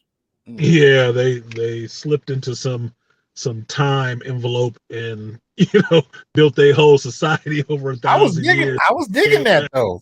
I was too. I was like, shit, it looked like Beast Wars. What is this? Yeah, I was digging that, and then of course the big revolution, to get big fight. Now, Artisan put it on there. There's no way I can't address it. We got to talk about it. That Creed work, as you put it. I'm gonna start with Laymen on this one. Talk about that Creed work, man. Oh man, you know what? I was happy to see it. I'm not gonna lie. I was happy to see it, because I'm like, how are you gonna have Kang lose to the Ant-Man? That didn't make sense to me. So I was glad to see, okay, we gonna get back to where it's supposed to be. Kang is supposed to whoop on him. Okay. Okay. And I actually enjoyed seeing Kang put in that work on him. Especially when I told him, so you had a choice and you chose this. So that was one of my highlights of the movie. I liked it. Yeah, I'm waiting for that clip. I want that clip. Like, you had a choice. You chose this. I never thought I'd see an MCU film be an advertisement for a Rocky spinoff, man, because it made me want to see Creed 3 that much more, boy. Yeah. Me too. I said that in the theater while I was watching it. So I can't wait for Creed 3. I'm like, this is the brother who's killed Thor over and over again in countless Avengers. He's not going to lose to Scott Lang. No, but he told him that when he was in prison, right? He told him, said, "Didn't I kill you before?" That's a line straight from the comics, as far as I remember. Like, that's a line from the comic books. Like, "Didn't I kill you before?" It's like, oh shit! Like, wow, that's not an introduction you want. But when they got down to getting that work, this to me, this is a new advent in the Kang character that they have now thrown into the comic books, where Kang wasn't the person that would actually fist fight you, right? He would always use technology. Right. So you didn't think he could actually, throw hands. Right. But since they were working on this movie, all the backfilling that they've been doing in the comic is to show, well, Kang, he has some fighting abilities. He can go hand to hand with people if he wants to. It's like, okay, whatever. But that's building on the fact that Jonathan Majors was bulking up to do his Creed movie, right? So just like Wesley Snipes coming off of Undisputed and coming into Blade 2 and he throwing hands like he boxing, you got Jonathan Majors coming into this movie, Kang throwing hands. He throwing some serious good hands. And those boxing movies, the training regimen is so deep, man, for a lot of those flicks that I'm not surprised to hear Jonathan say, look, man, I got all of this training. I got to throw these hands. I got to throw these hands, and he was smooth with it. Look, Look, I thought Scott Lang was having a flashback of being in San Quentin. I was like, dude, act like he wants your commissary. Act like he wants your commissary. Because we saw in the first movie you could take a beating, so you about to catch one. About to catch one. Oh yeah, he was throwing them. He was throwing them. Hey, anything you guys want to deal with that popped up after that? You know, anything or around that whole anything you want, man. Let me know. Well, honestly, I know we have the whole thing with the MCU and the replacement thing, but I think it would have been better if Scott Lang would have been taken out by Kang, if he'd have just died at that moment, because it goes back to the whole family thing, to where this guy, that's his whole motivation. So to see him go out as a hero, to say, all right, I know I'm going to lose this battle, but my family got away. Let me go out right here. I think that would have been a cool ending. Yeah, I can agree with you. I agree with you. I'll go this route. Even though I didn't want to see Ant-Man die, it would have taught his daughter about, you know, the repercussions of her actions. You know what I mean? Like, because she really kind of sets this up just playing around with technology, and she has no sense of the danger of the things she wants to do. Even her activism, there's really no sense of what the repercussions are. I mean, one of the reasons Scott Lang stops doing the activism is it took him away from his daughter. Right. It didn't necessarily have to do with death, but he went to prison. So she's critiquing him the whole movie for not doing enough, and they don't really lay this out the way I would have if my child was acting like that. But he never really tells her, you don't really understand what repercussions are yet. You know what I mean? You just want to do things because you want to do them, but you don't understand. Had he died at the end of that, and she knew that came about from her actions, I think it would have grew her up a little bit more. But that's I agree. I believe in the comic books that Scott Lang died before and came back from the dead. So he should have died in this. This would have made it his hero's journey, right? His whole point of doing all of this was to take care of his daughter, right? And part of the thing that they were shitting on him for, which just seemed like a bunch of hate in the beginning of the movie on him because they jealous of him doing something, was that he saved the world, right? Right. Well, they didn't want to hear that story about Thanos and the time heist and all the rest of that. It would have been absolutely poignant for him to give his life again, or give his life this time to save the world too and keep Kang from getting out. It would have been, it would have capped off the other one to say, this is what I do. Yeah. You know, because all the crap that they were giving him in the beginning, yes, it's kind of funny, but it's really misplaced. None of them have a right to be saying anything foul to him. It don't matter how many times he said it. Yeah. I mean, look, the damn coffee shop dude that he go to every day for how many years? Calling him Spider-Man. Like, come on, bro. Like, really? Yeah. Like, oh, you're the other bug guy. Yeah, I'm the other bug guy. Yeah, $12. Like, exactly. That was cold. But yeah, it was cold work. Everybody was really just shitting on him for accomplishing something and actually patting himself on the back for doing something. Yeah. But if you think about the character started off this franchise in prison. Exactly. He just built himself completely back up. So from prison in the first movie to a published author in the third movie, he got the right to pat himself on the back and dust his shoulders off. Y'all should shut up. Right. He saved all of y'all. So, you talking about an ex-con who couldn't even get a job at Baskin Robbins, right? Yes, got fired from Baskin Robbins. Like, come on, man. And they kept bringing Baskin Robbins back into it. Yes. But you know, I will credit the MCU with this much. I like that certain things don't just, you know, get forgotten. One of the things that Cassie was protesting against were the homeless, but it wasn't just homeless. It were the people that they didn't have any place to go after the blip. The place from the blip. Yeah, and I thought this place from the blip, I thought that was brilliant because, you know, you gotta imagine how disruptive that would have been. Like, one of the first things I thought about when the blip, you know, when they finally, you know, rectified it, what about all those people that were out on a cruise ship at that point?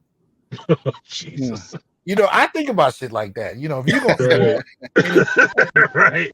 And your family is gone and you just in someone else's apartment after what happened to people that were somewhere vulnerable? What happened to people that might have been flying on a plane or what, you know, this would have been massively disruptive, and so I like that they kind of hinted at that with the homeless and how people are treating and how people, and they did that a little bit of that in Falcon and Winter Soldier. Winter Soldier. Yeah, they kind of showed you that this was disruptive. People are struggling, and so I like the memory sometimes that the MCU will go in, sometimes the attention to detail, but I would agree. I like that they brought it up again, but I would like to see them move that a little bit more to the forefront, especially since it was such a big deal in Falcon and the Winter Soldier of how people were really displaced.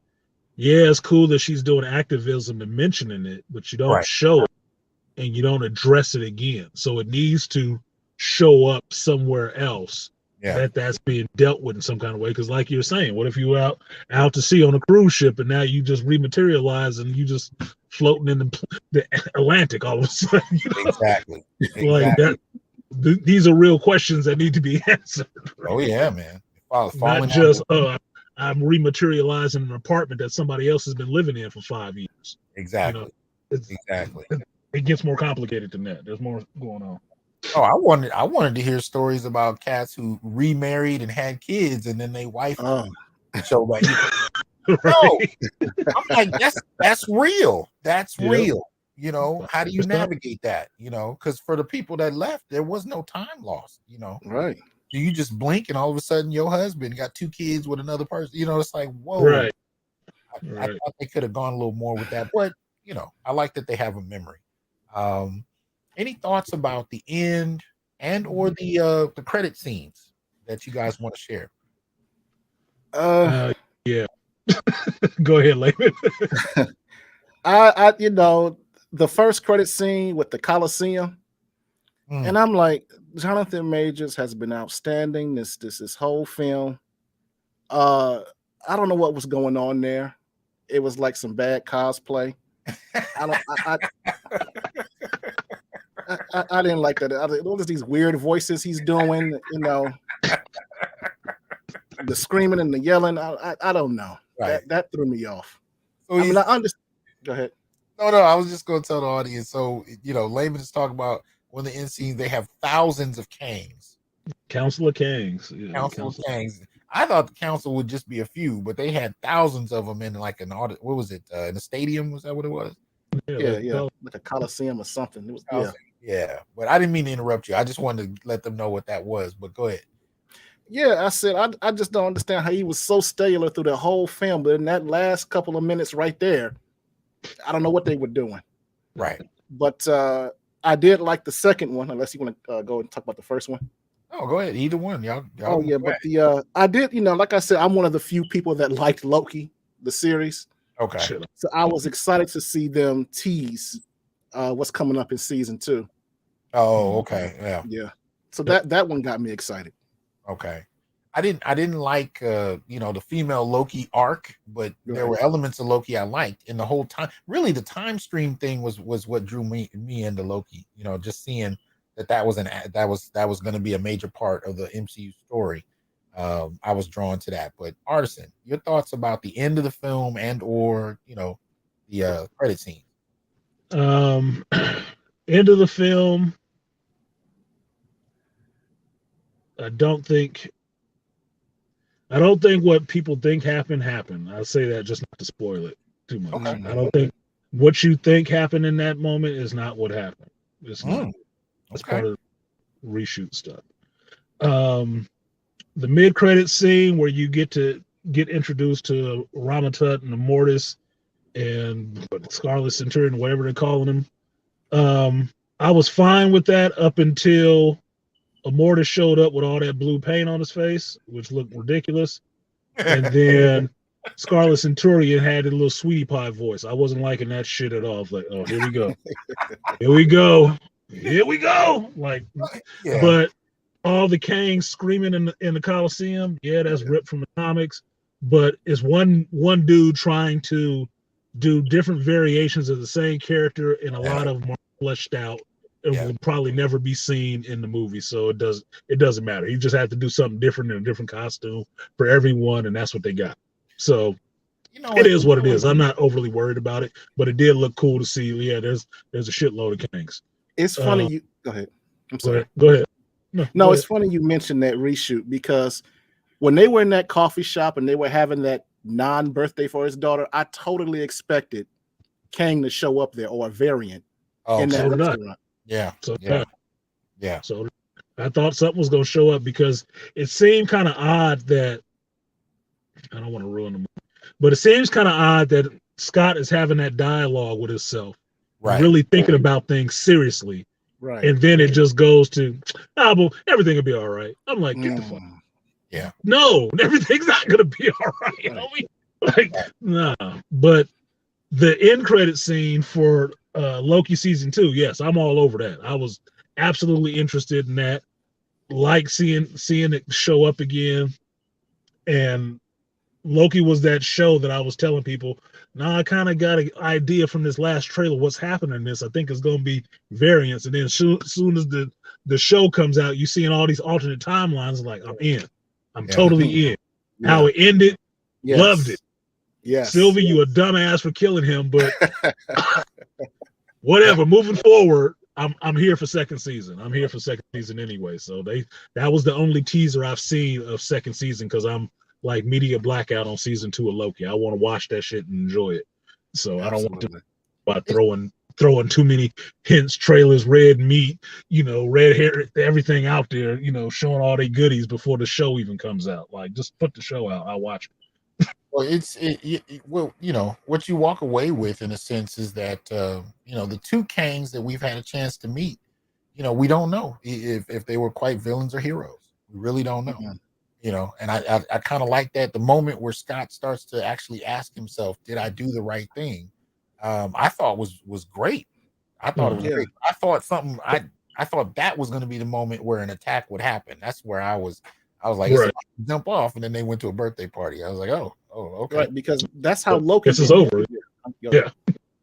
No, I'm sorry. That was endless. Yeah, because that's how Loki ended. You see when Sylvie kills him, you see the consequence of that, where everything changes. Right. And so getting back to your point, is he a hero? Is he a villain? We don't know. But there was going to be, I thought there was going to be some fallout from that. Yeah. Yeah. About the whole the performance in the stadium where you got Jonathan Majors playing all of these different Lokis, different Kangs.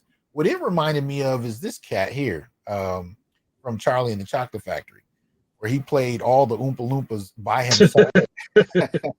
And so really, when you watch that movie, you may see dozens of them, but he literally had to play each one of them individually and have them individually recorded. And when I think about, Jonathan Majors doing that, for this, I was like, well, yeah, if it was me, they'd be some half-ass performances too. If I got to do 100 different versions. Well, it's the same thing with Timora Morrison playing all them clone troopers. Oh man. Yeah, that's a lot. That's a lot. But as far as going forward, you guys kind of hinted at this. Any major predictions that either one of you has about what's coming next? I know you guys have probably seen the slate of films MCU is doing next. Where do you think this is going to go? And do you think Kang was built up enough to be a threat? Like we saw Thanos get built up over a series of films. We saw that kind of happen with Kang, but those are the 2 questions on the table. What do you think is coming next? And do you think Kang was built up enough to be a threat? I'm gonna start with Laymen's and then go to Artisan.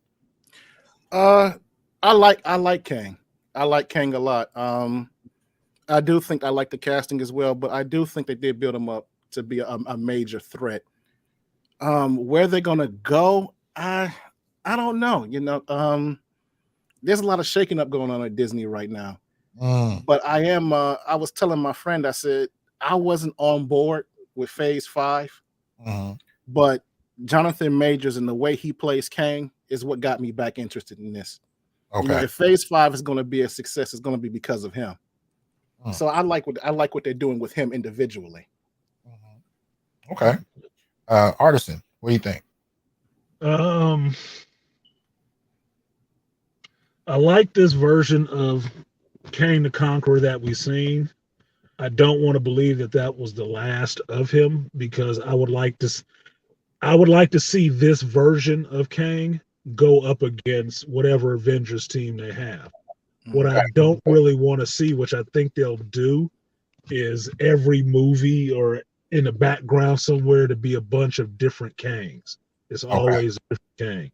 Like, I'm not interested in seeing that, because one of the things I think they messed up on in this is that you understand Kang is a conqueror, he can move through time and all the rest of that. But you saw the movie. Did you see him do anything time related once?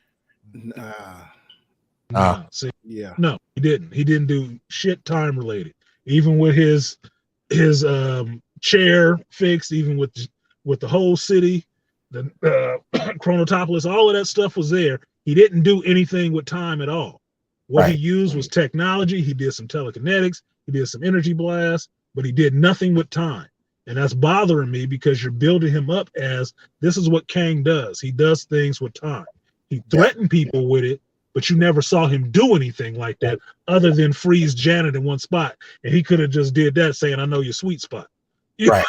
Right. So I'm really concerned about that I don't want to see Jonathan Majors used as a damn tackling dummy for every movie that comes up after this. You get a Kang that pops up and they kind of take him down kind of easy. It's like it kind of lessens the fact that he's a big bad. I mean, you didn't see Thanos taking L's before he showed up in Endgame. You didn't see him taking L's. All you heard was, look, he wiping blades off and he came back and somebody else is wiped out. That's what you heard. Right. Same thing with what's his name in Thor: Love and Thunder, the God Butcher who butchered less. Right. You heard he did some stuff, but you didn't see it. You didn't see him taking no L's. At this point, you've seen two versions of Kang take two L's from seemingly regular ass people. But they're supposed to be credible threats. So I want to believe that he's a credible threat, but you're not using the main thing he threatens people with. And you keep taking him out with seemingly regular fucking people. So if Sylvie can kill one, which he's just a regular dude, and then Ant-Man could take care of one, why am I worried about this dude? Why do I care about a Kang dynasty if they seem pretty easy to knock off? You know, do I have to see that every other series and movie? I'm gonna see Kang dying over and over again. Look, dude, I'm not into that kind of masochism with black men. I don't need to see black men dying over and over. Right. And you raise a significant point, because here's the other thing about Thanos. It wasn't just that Thanos was a threat. You had whole films that showed you the power of each one of those jewels, each one of those the Infinity Gauntlet, what do you call it? Each one, Infinity Gems, Infinity Stones. When you can see the power of each stone, I mean, one stone alone could wipe out a planet, right? So it's not just that Thanos is a threat; it's that you can see the power of this gauntlet. And by the time you see the whole gauntlet, you've already had movie after movie go through the power of each gem. We never really see what Kang's superpower is. I mean, we know it's related to technology, we know it's related to time, but we don't get to see the power of it and the threat of it. And when you tell me that what we're supposed to be afraid of was this weird performance from a bunch of different Kangs, I'm just like, I gotta see what the threat is. I mean, you know, if he's wiping, and they kind of alluded to it, right? That he wiped out timelines. Show it. You know what I mean? Show me what the threat is, because so far, like you said, I'm seeing a character that's already been taken out a couple of different times, and I'm like, I know I'm supposed to feel threatened, but you know, what is it? You know? Yeah, I'm not seeing his main threat, which is time. Like when he threatened Scott Lang with his daughter and how he would see his daughter done. That was a serious threat, but you never saw him do anything time related to that extent to understand that was a credible threat. All you saw him doing was throwing people around the room, and you could have had Darth Sidious in there doing that. I mean, so what is he actually doing to be that threatening? Where is his main power? Because even this movie sets up, this motherfucker trapped here. He trapped in this quantum realm. You know, we could just kick it off for a day and be out of here and leave his ass there. He just conquered this one cage that he was trapped in. We still got all the rest of these dudes out here to deal with. But if you can deal with this guy with just some revolutionaries and a couple of shrinking and growing people, then the other one shouldn't be too much of a problem then, right? Well, I'm not seeing the threat. And there are comics that question whether or not he was the father of Reed Richards. So he's supposed to be brilliant, but he didn't figure out how to get out of the quantum realm. Janet figured out how to fix his machine. And this is a character that wasn't traditionally scientifically oriented. So again, you know, I want to feel the weight of what this character is supposed to bring, but I'm not really feeling it. And I will say two quick little things. If they're going to bring on Dr. Doom, I hope they do a much better job establishing how menacing and dangerous he is. And this is a whole different thing. Just looking at the image on the screen, you know, there are plenty of comic characters whose suits don't translate to film well. And this is one of the reasons we see so many characters with new designs. I actually liked the way they did his suit. I did. Yeah, I did too. It was very comic related, and yet it worked. They made it work. I enjoyed it. So I just wanted to put that up there. Yeah, the costuming was good on his suit, because comics wise, his suit always looks kind of goofy.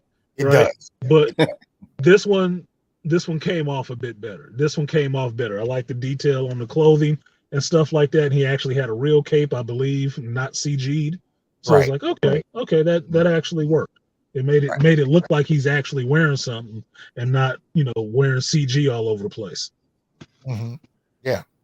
I think Gavin says it well. He says it would have been dope to see his past where he killed previous Avengers. I thought they were going to do that.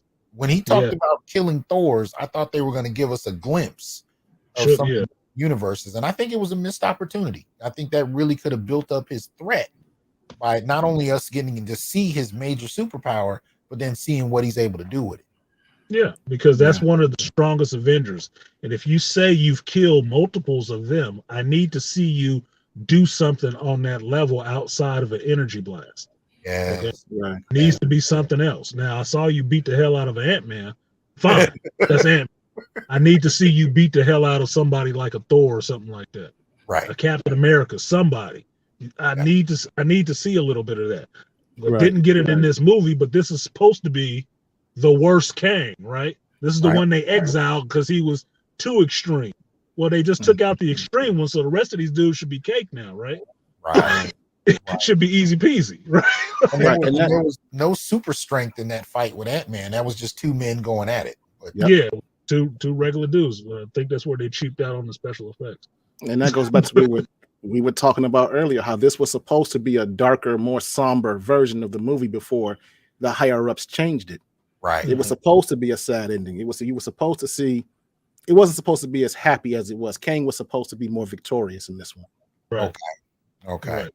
Set that up, or this is why this Kang dynasty and these next two big movies that they're leading to are such a big deal, because Kang that big of a deal. It's like, don't seem like it in this movie. And if that's just my critique on it, it's just what it is. It doesn't mean I didn't like Jonathan Majors' performance. Loved his performance, but how this works out for this character, it does leave it in a spot like, well, you can just beat his ass, right? It should be kind of easy. If each phase is defined on how well the heroes fight a major threat, if the threat doesn't seem very threatening, it's just, it's just like watching the Star Wars, the last Star Wars trilogy, right? They were trying to establish the villain. What was his name? Snoke. No, actually the one under Snoke. What's his name? It escapes me. Kylo Ren. Kylo Ren. The very first film, he gets beat by a woman who heard about the Force about 10 minutes before she did. 10 minutes in the movie. The same movie. You know what I mean? She was like, oh, the Force? I can master that. You know what I mean? So, this is a trained, warrior. He was actually a trained Jedi before he went dark. Jedi and a Sith. And a Sith. And if he can be beat in the first movie by this chick who just found out what the Force was, I never felt a sense of threat. And we talked about this, Artisan, at that time. We were talking about this in live time. We were saying, if the first movie doesn't give you a sense of threat, the next two don't. It doesn't make you want to come back to the theater if the threat has already been taken out? And we took it back to the original Star Wars series. Darth Vader was a badass. And starting in the 1970s, he scared the shit out of a lot of people. Like he was a threat. And the first time Luke crossed swords with him, he lost a hand and almost died. You know what I mean? The first movie he just saw him. The first movie he just saw him from a distance. And what did he see? He saw him cutting down his master. Exactly. His new master. Exactly. A trained dude. Yes. Second movie, you thought you had some spunk and you end up losing a hand. That BS. Yes. And I'm your daddy. Now go to your room. He said, and I'm your daddy. Right. He jacked up America. Everybody after that film was traumatized. Yeah, exactly. Exactly. Like, he's his father. I remember how many years people talked about that. You know, that's still a major point in sci-fi history as far as media, that whole dynamic. So, you know, there's a legacy of seeing villains set up properly, and I think the MCU has been dropping that ball since Thanos and Killmonger. You know, it just, you know, Killmonger was a wasted opportunity. It was oh my God, yeah. It's just they get too involved with getting into that formulaic part, because initially, you remember in the beginning of the MCU, they had a problem with killing off all of them. Yeah. Then they figured out how to stop killing them off, but then they didn't know how to keep them around either. It's like, come on, man, stop fumbling the ball. You got to bring them back. You taking all this from the comics. Take that part from the comic where you beat them, but they're not dead. They eventually will come back again. Dr. Doom is not a credible threat because you beat the Fantastic Four, beat him way back when in issue 12 or something like that, and he never came back again. No, he's a credible threat because he keep coming back, and he keep coming back bigger and badder like LL Cool J. Right. Right. Well, I want to thank both of y'all for coming through, especially on relatively short notice. So I want to give each of you a chance to give your closing thoughts. I want to start with Artisan, and I'll go to Laymen, and we'll kind of close it out. But closing thoughts, man. Closing thoughts, I want to say thank you for inviting me up here. Sorry for my technical difficulties and my lateness. But with all the critiques I said of it, I did enjoy the movie. I did enjoy Jonathan Majors' performance the most out of it. And I didn't think anything more of it than what I had expected from any other Ant-Man movie, that it was going to be funny, in some ways silly, but I was going to see this character represented on a screen by an actor I was actually really trusting with giving me a performance that I will remember, and he did that. So it was fulfilled for me. Everything else that's complaints about it, but like I've said many a times, no movie is perfect. There are no perfect movies. Yeah, it's not. It's just forget about it. So all the crap that you don't like, cool. we probably can agree on it. But overall, I was entertained for 2 hours. I didn't feel like I wasted my money, and I can't say everything that I've been watching lately. So it was. I didn't feel like I lost anything, but this won't go down as the best movie I've ever seen. You know what I mean? It was entertaining for what it was.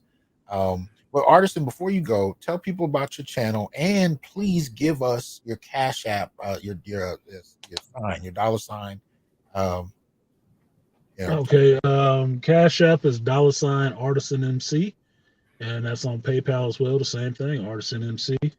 My channel is also Artisan MC. I do a regular weekly stream on Sundays, 11 a.m. Pacific, 2 p.m. Eastern Standard Time, which is a Shop Talk Live, where I talk about movies, streaming shows, video games, life in general, just whatever actually comes up in geekdom, because for me, geekdom is life and life is geekdom. So I try to cover all that stuff as it pops up, the news and current events and all of that, and what I'm watching and not liking, and what I'm watching and actually liking. And then I do random streams during the week. It usually falls on a certain day. Like Wednesday is always New Comic Book Day, so I'm always going to try to drop a stream on that day. But I drop stuff in between there because I do work a lot as well. So if you subscribe to the channel, click the bell, and you'll always get an alert about what's going on and when I'm dropping videos. All right, man. Appreciate you coming through, bro. Appreciate you. All right, man. Peace. Peace. Layman's Journal, man. Tell before your actually after your closing thoughts. Don't forget to tell people where to find your channel, and I want to get your Cash App. Matter of fact, if you can tell me your Cash App sign now, I'll put it up in the comments while you give us your closing thoughts. Yeah, it's a $, Laymen's Journal with 2 A's. Where's yeah, the 2 A's? Yeah. So the 2 A's for Layman? Yes. Okay. I'm gonna write it up. I just want to make sure I'm doing it right. But all right, and give us your closing thought. I'll be honest with you. I can't, I had up and down feelings in this film. No. Let me I'll put the link. Is that wrong? Yeah. Yeah, I'll take that out. My bad. Let me put it in there. Won't let me take it out. Damn it. Okay, I'll figure it out here. Yeah, that should be it. It's, My apologies. That's all right. And but yeah, I was shocked. And I'm not gonna lie, like I was telling you earlier, I did doze off once. Right. But what was I gonna say? I was shocked. I was a little disappointed in the Cassie character. But one thing that kind of shocked me is that this is probably the first MCU movie where they weren't pushing the rainbow stuff. Okay. And I was telling somebody, this is something that you can probably take your kids to. Okay. Which is a shocker. Okay. But as far as kicking off phase 5, they have a lot of work to do. To get people back into it. I was just reading somewhere that they actually moved back the Marvels movie. Okay. Okay. Yeah, so they might be going for some rewrites there, or maybe they're afraid of something. I don't know. But it really made me appreciate, like you were talking about the first two, because I haven't seen the first two in a while. Yeah. And I was just thinking about how much I liked them versus what we got here. Yeah. But I like Jonathan Majors, but I was listening to you guys, and I agree. Kang has got to get some victories. Majors is a serious actor, and you got to play up to the work that he's done. Yeah. But like I said, you can find me on my YouTube at Laymens Journal. Okay. It's similar to it's my Cash App at Laymens Journal, and I primarily deal with movies and entertainment. My thing is like, hey, entertainment media is more than entertainment; it's propaganda through art. Let's look at the messages. Let's see how they're trying to influence you through that art. And I talk about things like, the agenda that's pushed in film and how they ruin intellectual properties with it. Yeah. But, I would appreciate anybody's support. You got my Cash App there, but you can also subscribe to my channel. We talk about similar stuff all the time. I put it in the chat. Oh yeah, I plan to tap you on the shoulder more. I'm gonna tell you now. I'm gonna call you an Artisan on Creed 3. I'm just gonna let you know. If you can't come, I get it. We all got to do what we all got to do. I won't take it personal, but I gotta ask coming up because I'm going to see it. I'm going to see. Absolutely. Anything, especially anything dealing with black men, I gotta see. So absolutely. And thanks for having me up. No, man, I appreciate you coming. Absolutely. This is my first collab, so I was glad to give some experience here, but I'm glad to be on the show. Oh no, man, thanks. And as long as you're willing, I'll be inviting you back. So shout out to you, good brother. All right, man. Take it easy.